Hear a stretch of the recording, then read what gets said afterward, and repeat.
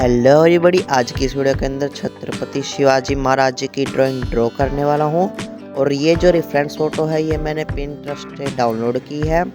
सो इस reference photo का लिंक मैं आपको नीचे डिस्क्रिप्शन में दे दूंगा। सो आप वहां से जाके डाउनलोड कर लेना। सो इस ड्राइंग के अंदर मैं जो मटेरियल यूज़ करने वाला हूँ वो है 50 शेड्स वाले ऑयल पेस्टल्स। आप चाहो तो 24 शेड्स वाले भी यूज़ कर सकते हो। प्रोसेस सब सेम रहेगा, बस आपको ध्यान से देखना है कि किस तरीके से मैं ड्रॉ कर रहा हूँ।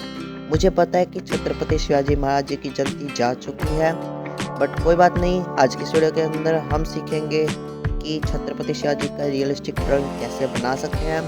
सो वीडियो के अंत तक बने हैं ना, काफ़ी इंटरेस्टिंग वीडियो होने वाली है। सो चलो वीडियो को स्टार्ट करते हैं।